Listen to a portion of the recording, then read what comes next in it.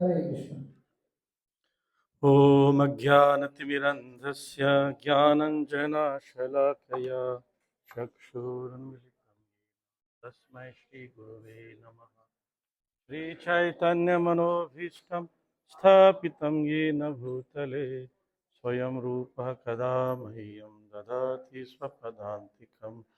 वाञ्छाकल्पतरुभ्यश्च कृपासिन्धुभ्य एव च पतितानां पावनेभ्यो वैष्णवेभ्यो नमो नमः।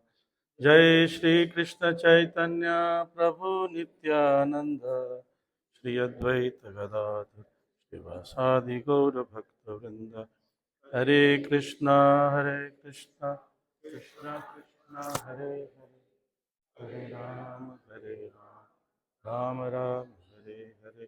नमो विष्णुपादाय कृष्णपृष्ठाय भूतले श्रीमते भक्तिवेदांत स्वामी नामिने। नमस्ते सारस्वती देवे गौरवाणी प्रचारिणे, निर्विशेष शून्यवादी पाश्चात देशतारिणे। हरे कृष्णा।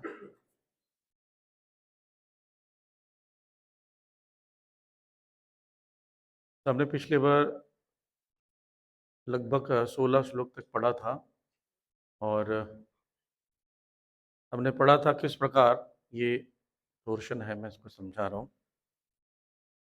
परमात्मा परमात्मा का संबंध कैसा है। तो एक जीवात्मा जब वो पूरी तरह समझ जाता है भगवान के साथ क्या रिलेशन है, three modes of material nature, प्रकृति के साथ क्या रिलेशन है और आत्मा का परमात्मा के साथ क्या संबंध है, तो पूरी तरह मुक्त हो जाता है। ये हमने पढ़ा था। और जब उसका ज्ञान पूर्ण हो जाता है तो भौतिक संसार की चीज़ों में अब कुछ अपना ढूंढता नहीं है, कुछ अपना फल नहीं ढूंढता है। तब 17 से हम पढ़ेंगे, लगभग 7, 17, 18, 19, 20, ये 4 श्लोकों को हम पढ़ेंगे। तो ये आप कोशिश कीजिए। तद्बुद्धयस्तदात्मानस् तद्निष्ठा तत्परायणः गच्छन्त्या पुनरावृत्तिम्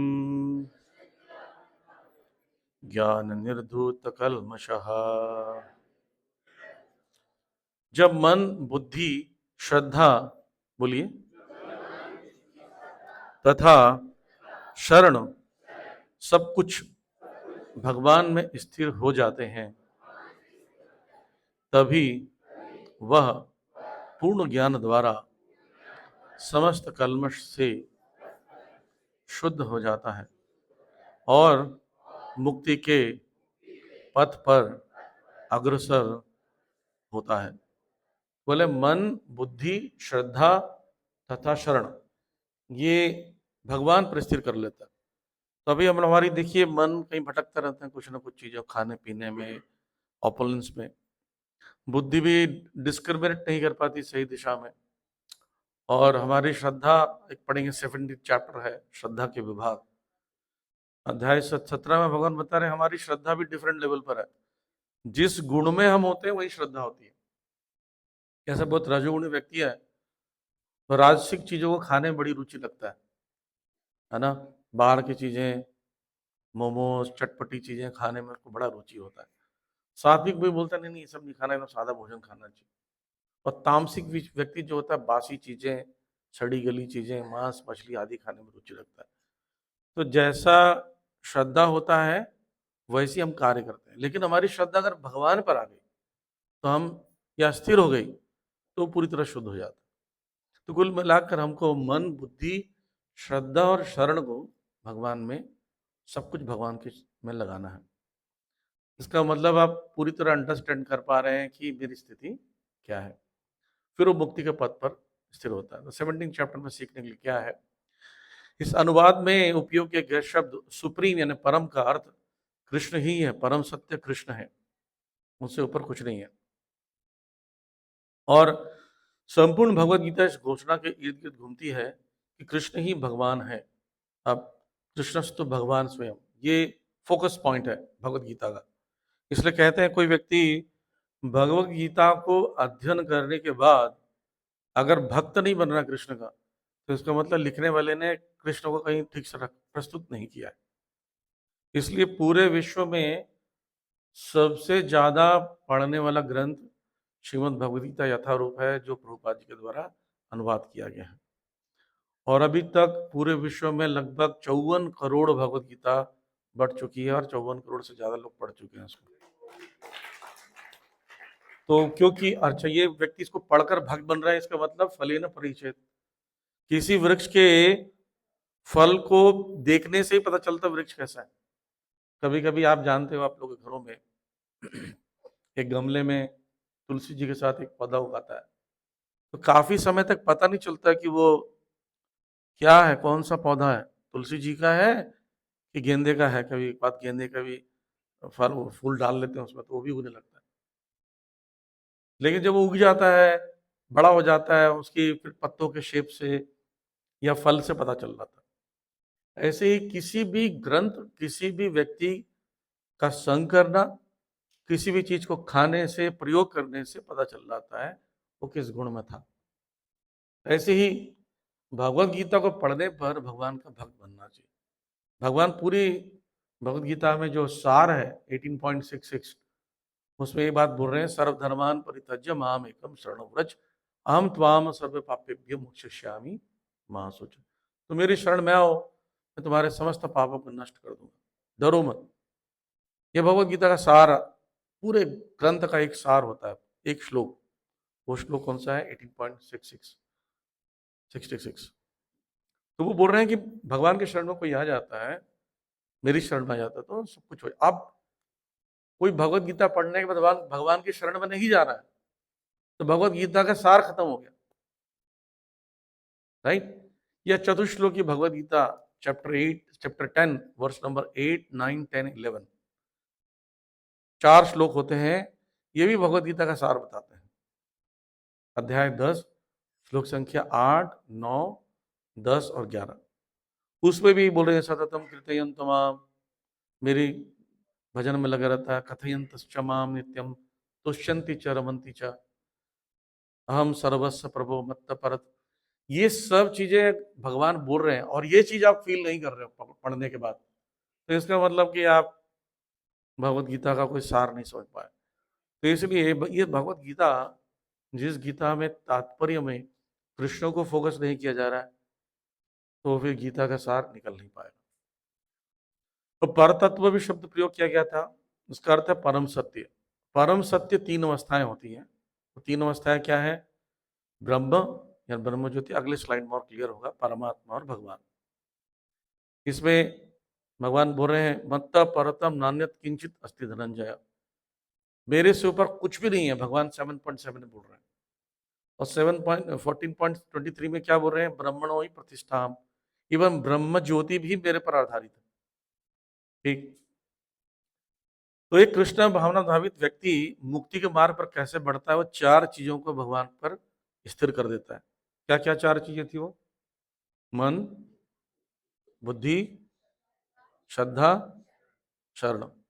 शरण लेना था भगवान की लेना, बस ये 4 चीजें कर लेता तो मुक्ति के मार्ग में अपने आप बढ़ जाता। ठीक है। व्यक्ति अध्यात्म दिव्यता से संबंधित हर विषय वस्तु में पूर्ण ज्ञान प्राप्त कर लेता है।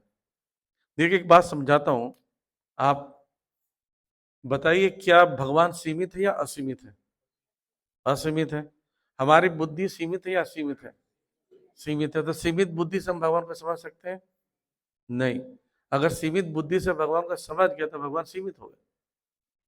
इसका अर्थ यह कि भगवान को हम कभी समझ नहीं सकते जब तक भगवान अपने आप को नहीं समझाए। जैसे अर्जुन ने जब भगवान का विराट रूप देखना चाहा, विश्व रूप देखना चाहा, तो भगवान ने कहा, मैं तुम्हें दिव्य नेत्र देख रहा हूं, तुम नहीं सब देख पाओगे अपनी आंखों से। तो भगवान ने दिव्य नेत्र दिए, तब बोले दिखाई दे रहे? बोला हाँ दिखाई दे रहे। ऐसे भगवान को समझना, हाँ जी हम नहीं समझ सकते। भगवान को कैसे समझेंगे? जब भगवान अपने आप को रिवील करेंगे।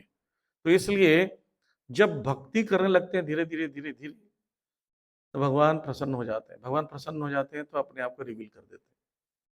ठीक ऐसे जैसे 2 मित्र हैं, आप जैसे किसी व्यक्ति से बाहर जाइए सड़क पर, बोले भाई साहब अपना एटीएम देना जरा और अपना नंबर बता दो, एटीएम नंबर। अनजान व्यक्ति से दे देगा? नहीं। लेकिन उसी व्यक्ति से दोस्ती हो गई, अपनापन आ गया, क्लोजनेस आ गया, वो कभी भी आपको एटीएम कार्ड दे देगा, कभी नंबर दे सकता है अगर आप बहुत क्लोज आ गए हो। तो वैसे ही भगवान से अच्छा संबंध यानी क्लोज होकर सेवा करेंगे तो भगवान सब कुछ बताएंगे।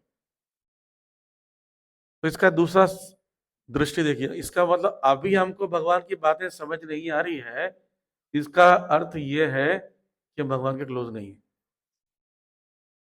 भगवान बोले ददामी बुद्धि योगम तम ये न माम पियांति थे, मैं उसको बुद्धि देता हूं मेरे पास आने के लिए।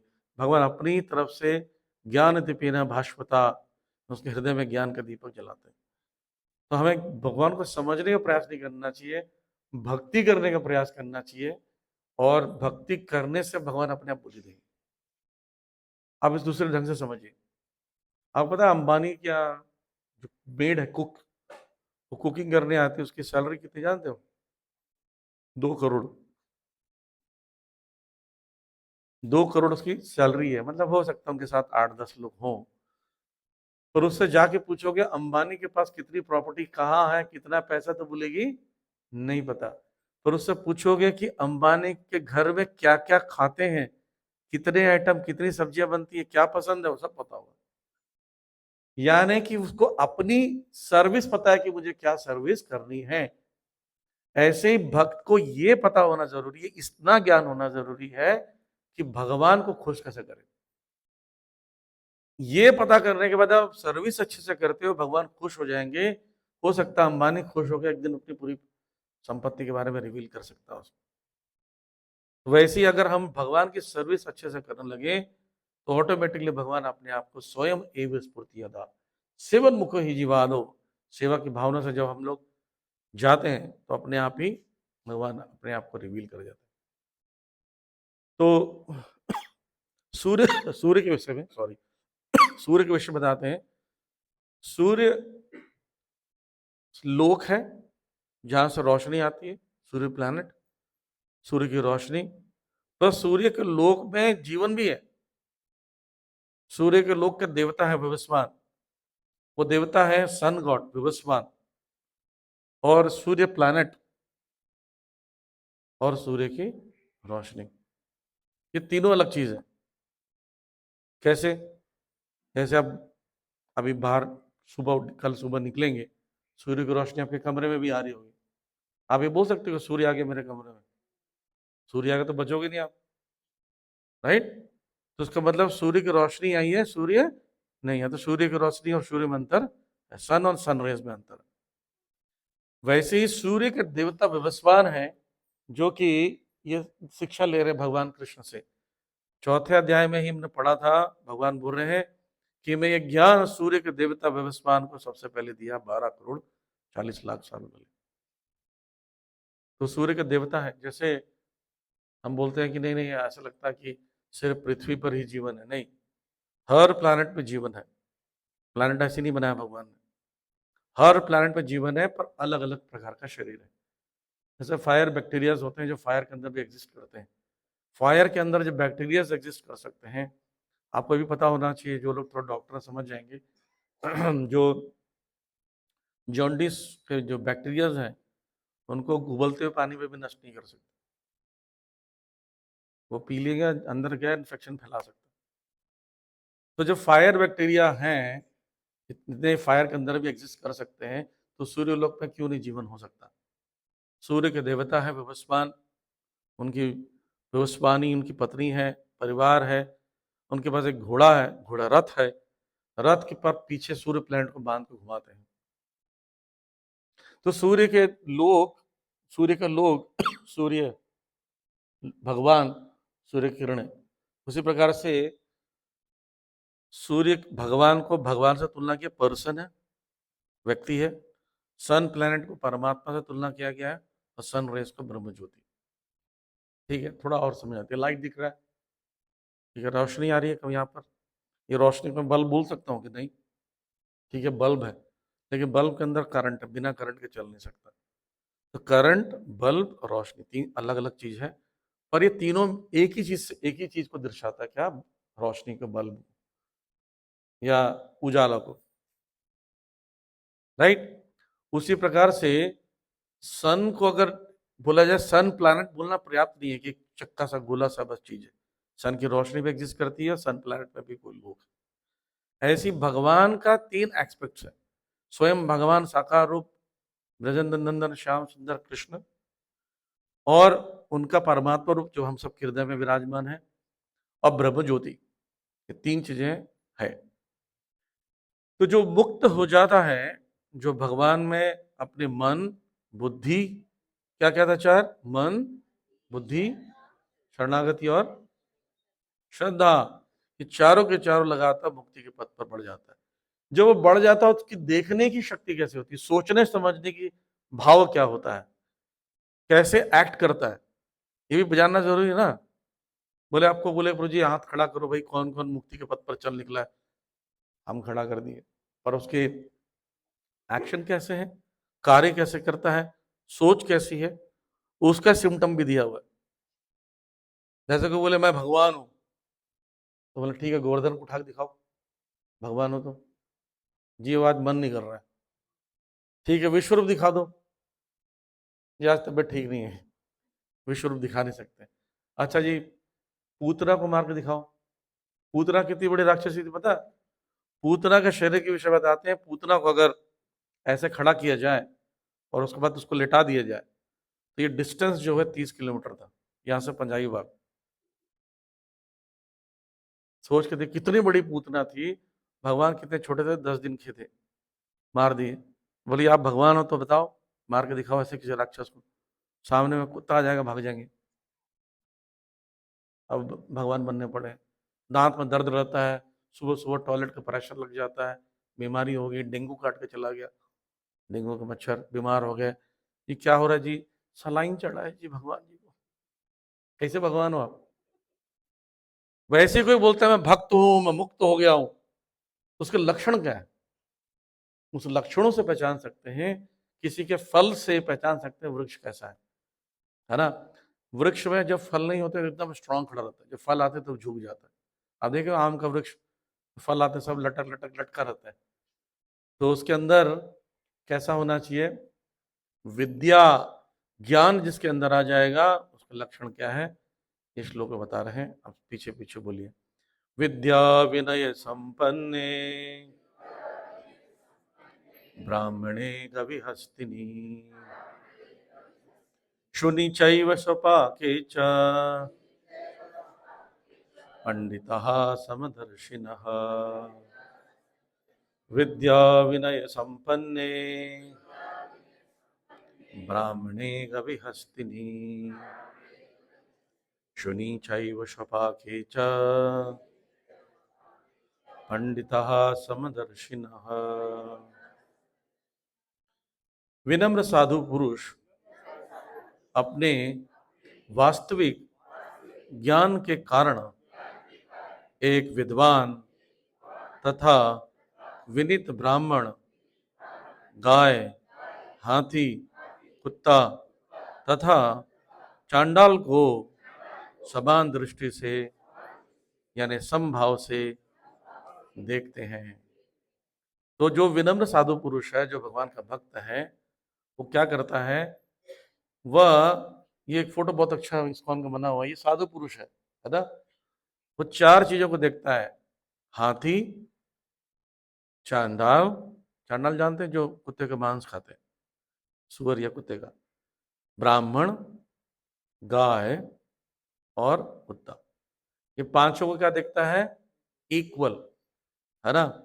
भक्त उसको समदर्शी कहा गया है, क्योंकि सबके हृदय में कॉमन चीज दिख रहा। कौन बताएगा, सबके पास एक कॉमन चीज बना हुआ है, क्या, परमात्मा दिख रहे हैं, भगवान सबके हृदय में परमात्मा दिख रहे हैं। यहाँ पर ये देखो, ये बना हुआ ना पिक्चर, यहाँ का, तो उसको वो दिखता है। मैं थोड़ा समझाता, समझ लिया। आपके पास एक चश्मा दिया जाए, कुछ चश्मों को पहनने के बाद एटम्स दिखेंगे, सिर्फ एटम्स।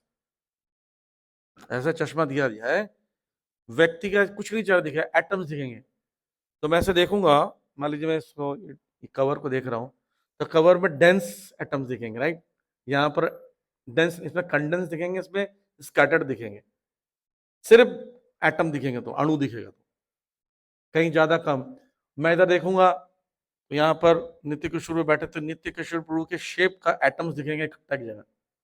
तो मेरी दृष्टि कैसे होगी? एटम दिखेगा बस, भेदभाव खत्म। भेदभाव खत्म, क्योंकि मुझे पता नहीं चलेगा कि नित्य किशोर प्रभु कौन है, प्रभु जी कौन है, माता जी कौन है। मुझे एटम्स के लेवल पे दिखेगा। ऐसे ही उसकी दृष्टि हो जाती है। उनको क्या दिखता है? जिसको भी देखते हैं उसको दिखता है आत्मा और परमात्मा इसके अंदर। फिर उसके लिए क्या चांडाल, क्या ब्राह्मण, सब इक्वल है, भेद नहीं होता है। ये असली ज्ञानी का लक्षण है, वो कभी भेद नहीं करता। लेकिन याद रखना, दर्शन दर्शिन कहा गया, देखता है, पर डीलिंग करते समय थोड़ा संभल कर रहना पड़ेगा। जैसे मान लीजिए गाय, गाय आएगी तो एक चपाती दोगे ऐसे हाथ से, गाय चपाती खा के चली जाएगी। एक चपाती लेकर अगर शेर को दोगे, शेर हाथ भी खा के चला जाएगा। तो उसके साथ डील कैसे नहीं कर सकते?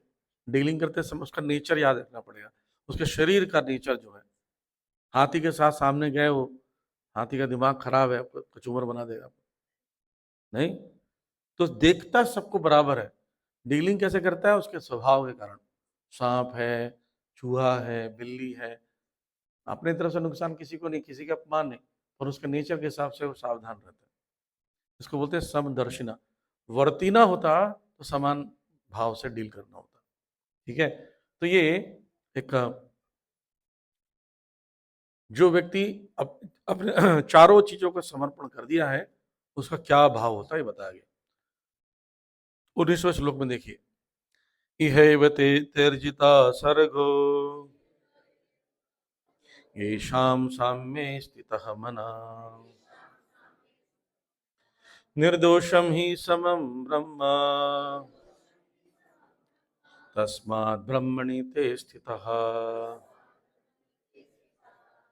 जिनके मन एकत्व तथा समता में स्थित हैं, उन्होंने जन्म तथा मृत्यु के बंधनों को पहले ही जीत लिया है।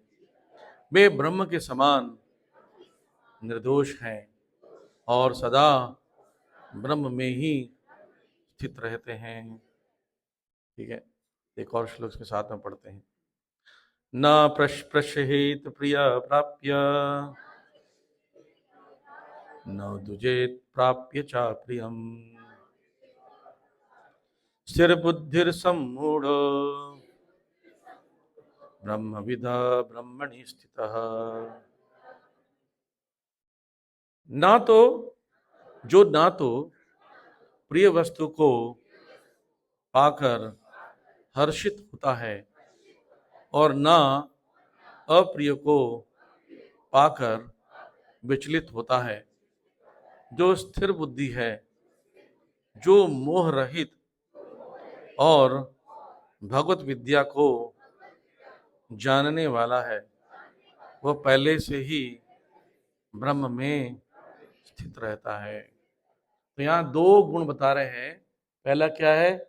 प्रिय वस्तु को पाकर हर्षित होता है, ना नहीं होता है, और ना अप्रिय को पाकर विचलित होता है। ये दोनों हमारे साथ होता है ना। अभी यहाँ से बाहर जाओ, मटर पनीर ऐसे हो जाते हैं लोग। मान लीजिए करेला दे दे, करेला करेला भी कोई देता है, प्रभु जी प्रोग्राम में आप लोग कैसे कर रहे हो, तभी ठीक नहीं आप लोग। तो अपना प्रिय वस्तु पाकर हर्षित होना मतलब, बोले प्रभु जी क्या हर्षित नहीं होना? नहीं, हर्षित होने का मतलब है आप भूल जाना अपने लक्ष्य को। मैंने कई बार बताया, जैसे जो लोग विंबलडन लॉन टेनिस खेलते हैं, ठीक है, उसमें खेल रहे हैं, आपको पता वो किस पर फोकस रहते हैं? बॉल, उसके एंगल, जो सामने वाला मार रहा, ओपोनेंट कैसे मार रहा है, उसके एंगल, कहाँ बॉल जाने वाला, उसको प्लान करके उस जगह पे पहुंचना और अपने टैक्टिक्स से उसको, उस बॉल को मारना। पर वहां पर हजारों लोग होते हैं, हजारों लोग कुछ और बोलते रहते हैं। हाँ, बिल्कुल उल्टा पुल्टा बोलते रहते हैं। एक मैच में देख रहा था, उसमें पुरानी बात है, उसमें देखा मैच में, वो लेडी है, वो बॉल को जब भी मारती है पीछे से आवाज आता है आई लव यू बोलता है कोई। अगर वो देखेगी कौन है तो बोल गया, ऐसे डिस्टर्ब करते हैं। कोई बोलता है कि इस बार तू हार गया, है ना, वो जो बैट्समैन को कमेंट करते हैं लोग, क्या क्या बोलते हैं, लेकिन वो कितना उसको कॉन्सेंट्रेट रखकर, फोकस्ड रखकर उसको गेम को खेलना होता है। तो एक साधारण व्यक्ति, क्रिकेटर या स्पोर्ट्समैन, फोकस्ड होकर अपने सक्सेस को ध्यान में रखते हुए कार्य करता है, तो ऐसे भगवान का भक्त क्यों नहीं हो सकता? जब भगवान का भक्त ऐसे होता है, कोई बोल देगा कि मैच हार जाना, हम 1 करोड़ रुपए देंगे, तो हर्षित वाला बात आ गया, फ्री वस्तु मिल रही है, है ना। और दूसरी तरफ विचलित होना, कोई गाली दे रहा है, कुछ मिसबिहेव कर रहा है, कोई बॉटल फेंक देते हैं पानी का, उसमें भी विचलित नहीं होना, फोकस रहता है। मुझे पीछे से बॉटल फेंके ना, वो सिर पे लगता है, सारा घटता है, फिर वो तैयार हो जाता है लड़ने के लिए, तो ही वो व्यक्ति सक्सेस हो सकता है। इसको बोलते हैं स्थिर बुद्धि। हम एक कथा बताता हूँ छोटी सी, आप समझ जाएंगे। एक बार एक व्यक्ति, जिंदगी में कहीं मेहनत नहीं किया उसने, हमेशा क्या खरीदता था? लॉटरी। ऐसे होते हैं ना लोग, एक लॉटरी खरीद लिया जाए, कभी ना कभी तो लग जाएगा। 1 करोड़ रुपए वाली लॉटरी को 10-10 रुपए खरीदता जाता था। रोज आता, रोज लॉटरी का पर्ची रखे रहता, न्यूज़पेपर में लॉटरी का लकी ड्रॉ निकलता, उसको देखता, बोला मेरी किस्मत खराब। डेली एक दिन सुबह उठता है, तो वो पर्ची उठाता है, और जैसे ही मैच करता है, उसमें लिखा रहता है 1 2 3 4 5 6। पर्ची में देखता है 1 2 3 4 5 6, मैं करोड़पति बन गया। डांस गला, मैं करोड़पति बन गया, मेरी लॉटरी लग गई। अब घर वाले भी जो दिन रात कोसते थे ना उसको, पैसा आने से इज्जत बढ़ जाती है। कोई चाय पिला रहा है, कोई पकौड़ी खिला रहा है, बोले पापा हम करोड़पति बन गए, पापा पापा आप अच्छे व्यक्ति, पापा पत्नी बोली तुम कितने अच्छे हो, हम तो तुम्हें गलत समझते थे। इज्जत करो, जाओ बुलाओ, सामान ले आओ, ले आओ। खाना पीना चलने लगता है। फिर वो पर्ची लेता है और मोहल्ले में खबर लग जाती है, भाई साहब वो 1 करोड़पति बन गया, 1 करोड़ रुपए लॉटरी लग गया। तो पड़ोसी बोलता है जी देखिए, आप ऐसे मत जाइए, पैदल पैदल लॉटरी वाली दुकान पर गाड़ी से चलिए। खटार गाड़ी लेके नहीं जाएंगे हम। बोले सर ट्रक व्रक मंगा ले, सब चले डांस करते हुए। एक ट्रक मंगाते हैं, ट्रक, और उसमें बैंड पार्टी वाले धुड़ुम धुड़ुम नगाड़े वाले बजा लेते हैं, टका टका टका टका बजाने आ जाते हैं, और डांस कर रहे हैं सब। क्या क्या लेने के लिए? 1 करोड़ रुपए पैसे ले, सब डांस करते जा रहे हैं, जो भी आज मेरे यार की शादी वगैरह जो भी। लॉटरी दुकान में जाते हैं, बोलते हैं खोलो दरवाजा, ये हम आज के लकी विजेता हैं, लो 1 2 3 4 5 6, ये लो अंदर। देखती वो मैडम, देखती बोली हाँ सर 1 2 3 4 5 6 है। सीरीज किसका क्या है? सीरीज क्या होता है? बोलते हैं सर ए में ऐसा लेकर 1 2 3 4 5 होता है, बी में 1 2 3 5 होता है। सर आपका ना बी है, एक्चुअली ए सीरीज का नंबर लगा है। बोलते क्या? बोलते हाँ सर आप अभी भी भिखारी हैं, करोड़ रुपए आपके नहीं लगे, आई एम सॉरी, पर्ची फाड़ देती। वो बगल मुड़ के देखती, बीवी देख रही है उसकी, बोलती मैं जानती थी तुम्हारी किस्मत खराब, तुम ऐसी व्यक्ति हो। क्या पापा आपके हम लोग को भी बेवकूफ बना दिया, रास्ते पर डांस वांस कराया, पड़ोसी भी दिमाग खराब, और बैंड बाजा बोलते हैं ये क्या देगा पैसा में। वो बेचारे सैड ट्यून बजा के वापस जाते हैं। अब एक क्वेश्चन है मेरा आपसे इसकी स्टोरी से। जब वो खुश होकर डांस कर रहा था बैंड पार्टी के साथ, जब घर में इतना खाना पीना हो रहा था, तब तो का उसको 1 करोड़ रुपए मिल गए थे, फिर भी खुश हो रहा था। 1 करोड़ मिले नहीं थे हाथ में, खुश हो गया। अच्छा जब 1 करोड़ नहीं मिलने की घोषणा हुई, तो जब मिले ही नहीं तो उसका खोने का दुख भी बना लिया उसने। जब पैसा आया तब खोने का दुख होना चाहिए ना, पैसा तो आया ही नहीं था। वो सिर्फ सोच सोच कर ही खुश हो गया, सोच सोच कर ही दुखी होगा कि मेरे 1 करोड़ चले गए। इस संसार ब्रह्मांड की जो उत्पत्ति हुई, इस ब्रह्मांड में सब कुछ भगवान का है। हम 1 रुपया लेके नहीं आए थे, जिससे घर में पैदा हुआ अंबानी को बेटा हूँ भाई, हाथ नहीं लगाना। तुम पैदा होते साथ अंबानी के करोड़पति बन गए, तो कुछ तो लेके नहीं आए थे, वैसे खुश हो रहे हैं। और ज्यादा समय कुछ लेके नहीं आएंगे, एक धागा भी ले, आपके शरीर में जो गांठ लगी होगी उसको भी खोल देंगे, सब जला देंगे। आपके घर के सदस्य साबुन लगा लगा के आपकी अंगूठी निकाल देंगे, हाँ, निकलता नहीं है ना, तो बोलती मम्मी मम्मी, खींच लिए जेब में रखी, पापा घड़ी निकाल रहे। ऐसे ही होता है, सच्चाई है ये। इतना शरीर के सामने क्यों रो रहे हो?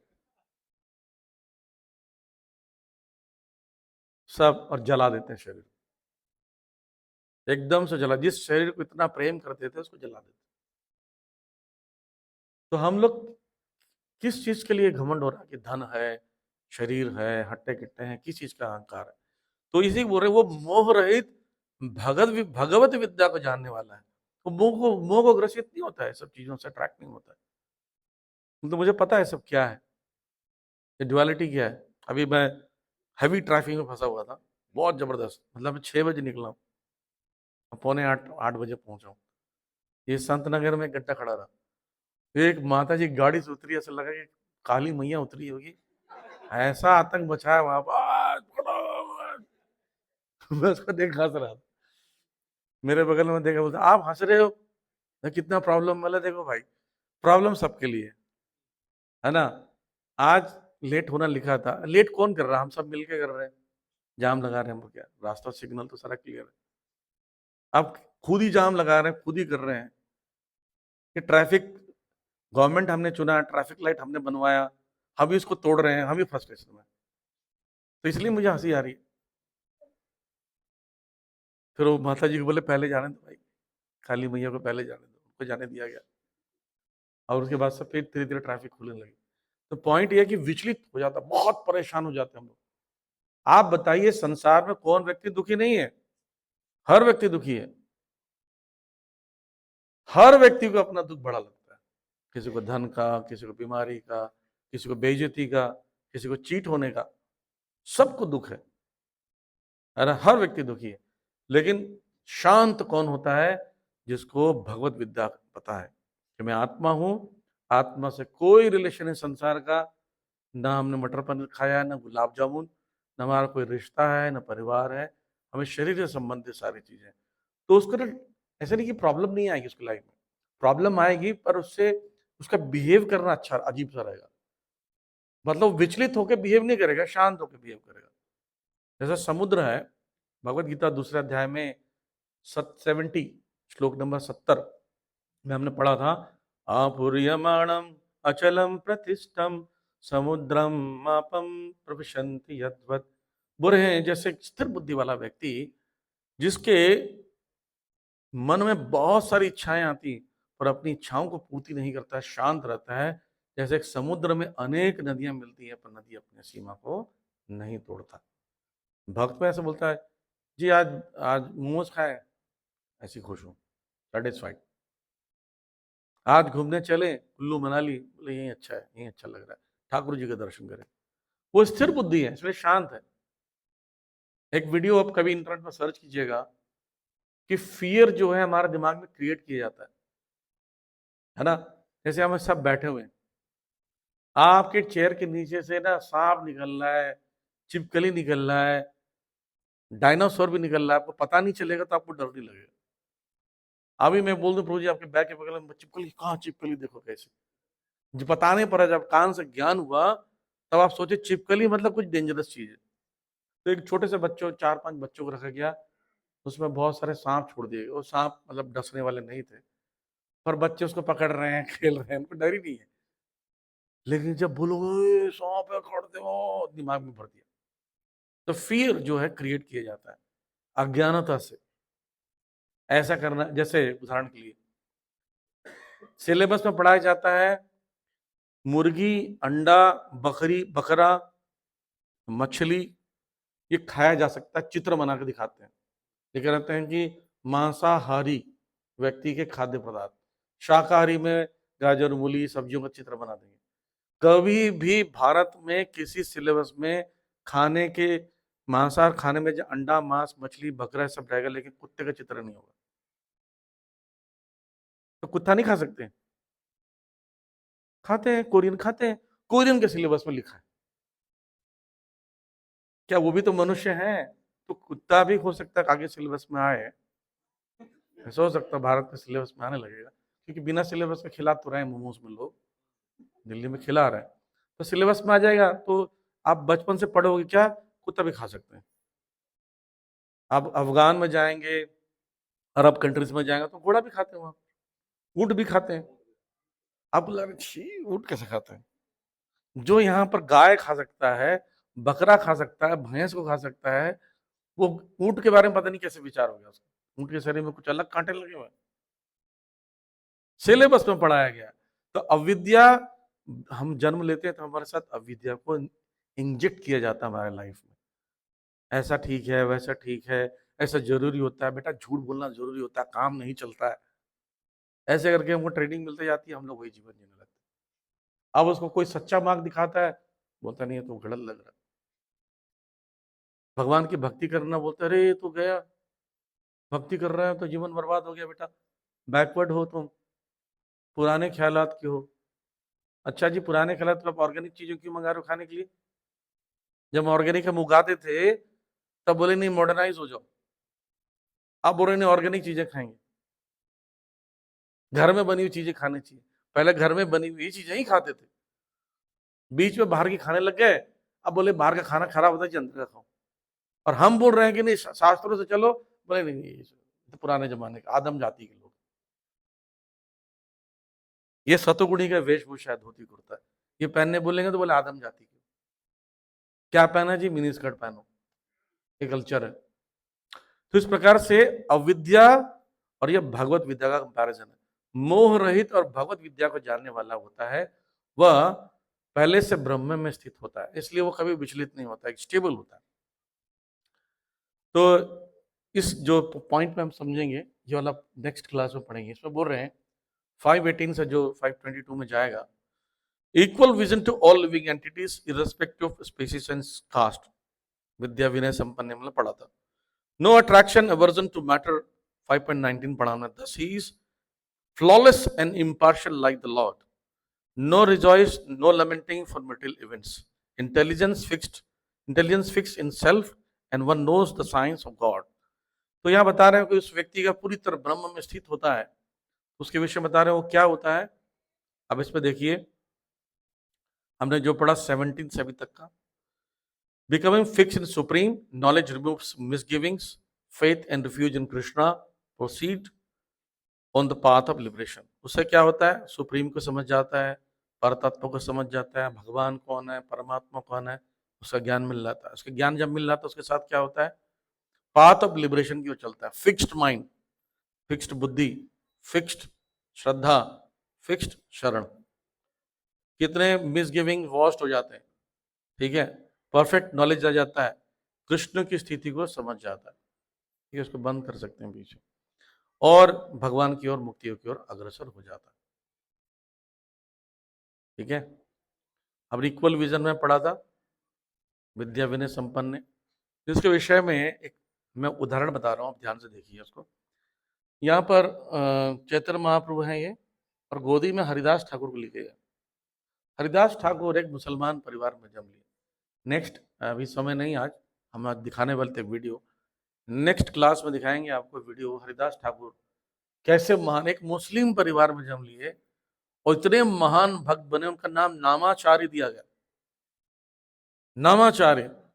और उन्होंने रोज कितने माला करते थे पता है? हम लोग कितने माला करते हैं? 16, बहुत ज्यादा 17, 20, 25, इससे ज्यादा लोग नहीं कर रहे। वो रोज 192 माला करते थे। आप ही जाओगे ना, ये जस्ट गेट खुलेगा, इस दीवार के जस्ट पीछे हरिदास ठाकुर का चित्र है, ऐसे लेटे हुए देखना, अभी अभी जस्ट पीछे हमेशा लगा रहता है, बहुत बड़ा पेंटिंग बना हुआ है। हरिदास ठाकुर बूढ़े हो गए, जगन्नाथ मंदिर के पंडित उनको घुसने नहीं देते थे, क्योंकि मुसलमान परिवार में जन्म लिए, जबकि नाम जप रहे, उनसे ज्यादा 192 माला, यानी लगभग 20 घंटे माला करते थे, हरे कृष्ण जप करते थे एक बकुल वृक्ष के नीचे। और बकुल वृक्ष के नीचे जपते थे, बकुल के वृक्ष ही अमर हो गया, अभी भी है, 400 साल हो गया, ऐसी है। और उसके नीचे जप करते रहते थे। जब वो बूढ़े हो गए, उनकी माला तब भी 192 माला करते थे, पर लेट जाते थे, तो उनको क्या रोना आ रहा था, एकदम खूब रो रहे थे। रोज चैतन्य महाप्रभु जगन्नाथ मंदिर जाते, जगन्नाथ मंदिर से प्रसाद लेकर आते, हरिदास ठाकुर के पास, हरिदास ठाकुर को लेते, माला करने से भगवान आपके पास आएंगे प्रसाद लेकर। चैतन्य महाप्रभु आ रहे हैं। और हरिदास ठाकुर के पास आए, जब बैठे चैतन्य महाप्रभु, देखेंगे इस फोटो में सेम सीन है। बोले हरिदास क्या हुआ तुमको? बोलते हैं भगवान महाप्रभु मैं बीमार हूं। बोले तुम बहुत बीमार हो? बोलते हैं हाँ मैं बहुत बीमार हूं, मेरी माला लेट लेट के हो रही है इसलिए बीमार हूं। ये नहीं बोल रहे कि मुझे तकलीफ है, हड्डियां दर्द कर रही है, आंखें दर्द कर, ना ये नहीं बोल रहे। बोले मेरी बीमारी क्या है? मेरी माला पूरी नहीं हो रही है, मैं बैठ के माला नहीं कर रहा हूं। ये है हायर लेवल का भक्ति, राइट। वो ये नहीं बोल रहे कि मैं बीमार हूं तो मुझे कोई देखने नहीं आ रहा है, ये शिकायत नहीं कर रहे। वो शिकायत क्या कर रहे हैं? मेरी माला पूरी, हमारी माला पूरी नहीं होती, हम किसी को बताते भी नहीं है। कोई कोई क्या बोल दे पता नहीं। 192 माला करने वाले को महाप्रभु ने कहा कि माला कम कर दो, मैं बोल रहा हूं। बोलते नहीं मुझे अच्छा लगता माला करना। तो ये जब उन्होंने शरीर त्यागा, चैतन्य महाप्रभु में जगन्नाथ मंदिर होते, पीछे जगन्नाथ मंदिर का पिक्चर है, उनका ये समाधि है, हरिदास ठाकुर की समाधि समुद्र के पास है, स्वर्ग द्वार के पास। अपने हाथ में उठाकर चैतन्य महाप्रभु के शरीर को पूरे जगन्नाथपुरी में नाचते हुए कीर्तन करते हुए लेते हैं। और क्या बोले पता, हर घर में भिक्षा मांगा चादर में। बोले मेरे हरिदास जी ठाकुर का तिरोभाव है, शरीर त्यागा है, पूरे जगन्नाथपुरी में प्रसाद में कराना चाहता हूं, मुझे भिक्षा दो। तो ऐसा चैतन्य महाप्रभु हर घर घर जाके भिक्षा मांगे और उसका खिचड़ी बना के सबको बांटा। तो चैतन्य महाप्रभु ने करके दिखाया क्या? भेद नहीं करते हैं, मुस्लिम हो कोई भी हो, लेकिन भगवान की भक्ति कर रहा है वो महान है। अब प्रभुपाद जी ने क्या किया दिया, ये है पंडिता समदर्शिना प्रभुपाद जी, है ना, ये हमने पढ़ा था ना। तो वो क्या करता है, हर किसी के अंदर परमात्मा को देखता है। यहाँ देखिए, यहाँ पर जीव जंतु सबके अंदर परमात्मा को देख रहे हैं, ठीक है। अब देखिए ये डिवोटीज कहाँ के हैं? रशिया के। देखिए ये भारतीय श्रृंगार की है, रशियन डिवोटीज। पता, अमेरिका जाइए, चाइना जाइए, रशिया जाइए, वहां पर क्या खा रहे पता? माता है रोटी बनाकर, रोटी बना रहे हैं, दाल चावल खा रहे हैं, वो इंडियन फूड्स खा रहे हैं, इंडियन कल्चर को अपना रहे हैं। रशिया में बहुत मुश्किल से मिलता है सब्जियां वगैरह, वो खा रहे हैं। अब देखिए माता जी है मायापुर में, ये फॉरेनर शरीर में है, खिचड़ी बांट रही है बंगाली को। ये प्रभुपाद जी का कमाल है। प्रभुपाद जी का ये कमाल है, 10,000 लोग परिक्रमा करते हैं मायापुर में, 10,000 लोग ऐसे, और 10,000 में से कम से कम 6-7 हजार लोग विदेशी होते हैं। कहाँ कहाँ से? आप चाइनीज वहां देख लो, चाइनीज ना, नाक चपटा चपटा, हाइट कम, वो लोग परिक्रमा कर रहे हैं पैदल, साड़ी पहनकर, नृत्य कर रहे हैं। 4 बजे सुबह तक पूरी 16 माला कर लेते हैं और झाड़ू पोछा लगा रहे हैं। जगन्नाथपुरी में जाएंगे, उनको अंदर तो जाने देते नहीं है, वो अपना उत्तरी निकालते हैं, पुरानी साड़ी निकालते हैं और साड़ी से रोड साफ करते हैं। बोले यहाँ जगन्नाथ जी आने वाले, रथ आने वाले। ये प्रभुपाद जी ने कमाल दिखाया करके, बिना भेदभाव के। देखिए ये लोग प्रसाद बांट रहे हैं, ये जब सारे बंगाल के लोगों को फ्री में प्रसाद बांट रहे हैं फॉरेनर्स। साउथ अफ्रीका कोई ध्यान नहीं देता है, लेकिन साउथ अफ्रीका में सबसे ज्यादा एड्स की बीमारी है। वहां पर एड्स हो जाता है, बच्चों को सड़क पर छोड़ देते, बच्चों को कुछ ना हो जाए सड़क पर छोड़ देते। वहां पता क्या करते हैं स्कॉन के लोग? बच्चे को उठाते हैं, उसका इलाज उलाज करते, बीमार खिलाते पिलाते हैं। लिटिल गुरुकुल वहां पर, वहां एडमिशन कराते हैं, 12th तक पढ़ाते हैं, उसके बाद उसको लैंड देते हैं, अपनी खेती करो, ठीक है। वहां पर ऐसे बाद में ऐसे सन्यासी बन के निकलते हैं, ठीक है। ऐसे बच्चे देखो कितने सुंदर लग रहे हैं बच्चे भक्ति में। माताएं देखो साड़ी पहन रही है, साउथ अफ्रीका। हाँ, यहाँ देखो बड़े बड़े भक्ति, धीर दामोदर महाराज स्वामी महाराज, है ना, भक्त वासुदेव महाराज, सन्यासी कितने निकले वहां से, 8 सन्यासी है वहां के, सोचिए। ये देखिए वहां की कम्युनिटी, ये मंदिर है वहां का, ये मंदिर, ये वहां के कांग्रीगेशन आप जैसे लोग देखिए क्या पहने हैं लोग, साउथ अफ्रीका, राइट। आइए चलते हैं चाइना। चाइना में देखिए भगवान का ऑल्टर गौर निताई, ठीक है। ये रथ यात्रा बाहर निकाल नहीं सकते, वो बिल्डिंग के अंदर निकालते हैं रथ यात्रा, अंदर ही अंदर कीर्तन कर रहे हैं सड़क पर। ये उनका मंदिर है, मंदिर ऐसे बनाते हैं पता है, जानबूझ के, ताकि कोई अटैक करने ना आए। कम्युनिस्ट गवर्नमेंट है ना, तो ऐसे बनाते हैं। और घरों में ऐसे भक्ति करते हैं, देखिए साड़ी गोपी ड्रेस पहने हैं, कीर्तन कर रहे हैं, ऑल्टर है, ऐसे भक्ति कर रहे हैं वहाँ छुप छुप के। मैं एक ब्रह्मचारी से मिला था मायापुर में, पूरा सफरन पहना था। मतलब प्रभु जी आप चाइना में कैसे करते हैं? बोलते हैं मैं पैंट शर्ट पहन के रहता हूँ, विग लगा के। सड़क से होते हुए जाते हैं, जिसके घर में प्रोग्राम, वहां जाते हैं, विग विग निकाल के ब्रह्मचारी ड्रेस पहनते हैं, लेक्चर देते हैं, फिर वापस चेंज करके जाते हैं। लेकिन भक्ति नहीं छोड़ रहे हैं। ये प्रभुपाद जी का कमाल है ना। तो प्रभुपाद जी ने समदर्शिना होकर उन्होंने क्या किया, पूरे संसार में ये कृष्ण भावना फैलाया। ये एक स्पेशल गुण होता है इक्वानिमिटी, यानी सबके अंदर समभाव रखना, किसी के अंदर भेद नहीं देखना, सबको इंपॉर्टेंस देना, सबको एक प्लेटफॉर्म पर लाना, भगवान की सेवा में लगाना। तो ये विशेष कार्य है।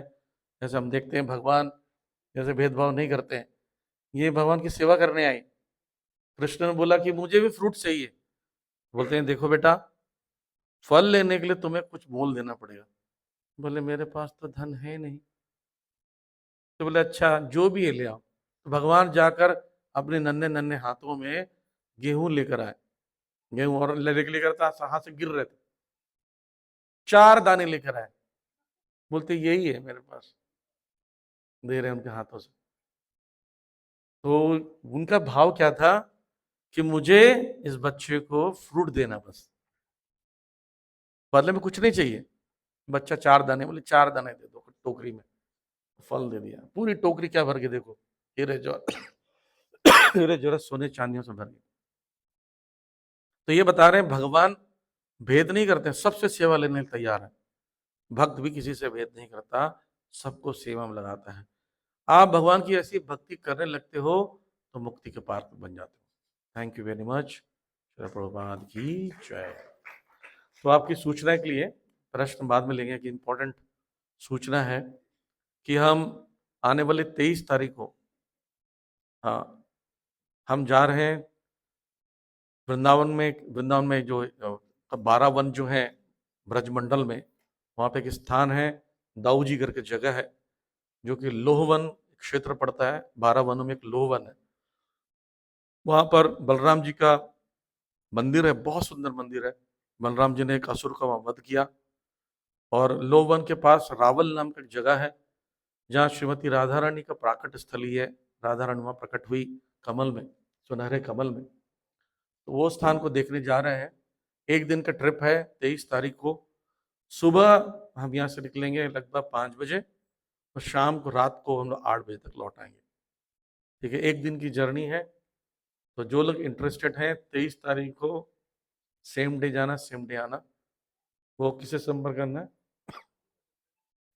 सीताराम प्रभु हैं और भक्त लोग जो हैं इनसे आप तुरंत यहाँ भी रहेंगे, तुरंत रजिस्टर करा लीजिए, क्योंकि हमारे पास लिमिटेड जगह है, क्योंकि हम सबको ले जाने की प्लान नहीं है। तो वहाँ पर बैठने का जगह नहीं मिलता ज़्यादा, तो दूर दूर मिलता है। वो लास्ट टाइम भी आप लोग पिछली पिछली बार यात्रा में कौन कौन गए थे? हाँ, नंदगांव बरसाना गए थे? हाथ खड़ा करो कौन कौन गया था। इस बार मौका मिल रहा है, तो एक दिन की जर्नी है यहाँ, उसमें हम लोग प्रसादम देंगे, ब्रेकफास्ट लंच एंड डिनर। रास्ते में आपको ब्रेकफास्ट मिलेगा, वहाँ पहुँचने पर लंच, आधे समय बस में आपको डिनर मिलेगा।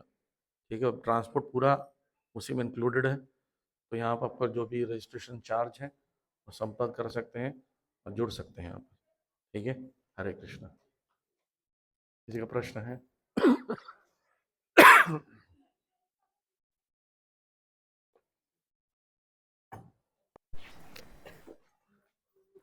हरे कृष्ण प्रभु जी। प्रभु जी, मुझे इस्कॉन में पता चला कि ये जो तुलसी की माला हमने धारण की हुई है, अगर हम मर जाते हैं तो इसको हमारी चिता के साथ ही जला देना चाहिए। हाँ, इसका क्या रीजन है? ये हमारी कंठी माला हमारे साथ जाएगी। हमने इसको धारण किया ना, तो हमारी वस्तु है, हमारे लिए हमने इसको प्रयोग किया, तो हमारे साथ इसको जला दिया जाता है। तो मरने के बाद क्या बेनिफिट मिलेगा हमें इसका? तो इसको धारण करते हुए जब चिता में जलाते हैं, तो उस समय यमदूत हमारे को लेके नहीं जाते हैं, ऐसा माना जाता है। अच्छा अच्छा, मरते समय में भी, जलाते समय भी। ठीक है, ठीक है, धन्यवाद प्रभु जी, धन्यवाद। क्योंकि मरते समय जब चिता को जलाते हैं ना, आसपास आत्मा होती है, तो चिता के ऊपर अगर माला उसकी कंठी माला लगी हुई है तो आत्मा को टच नहीं कर सकते हो। ठीक है, ओके। तो कितने लोग इंटरेस्टेड हैं 23 तारीख को यात्रा जाने के लिए? हाथ खड़ा कीजिए। ओके, जो इंटरेस्टेड हैं अभी नाम लिखा दीजिए, कुछ अपना टोकन मनी दे देंगे तो हम बस के हिसाब से बुक कर देंगे। जो भी इंटरेस्टेड है, यहाँ तो 2-3 डिवोटीज हैं, QR कोड वगैरह होगा तो दिखा देंगे। ठीक है, हरे कृष्णा।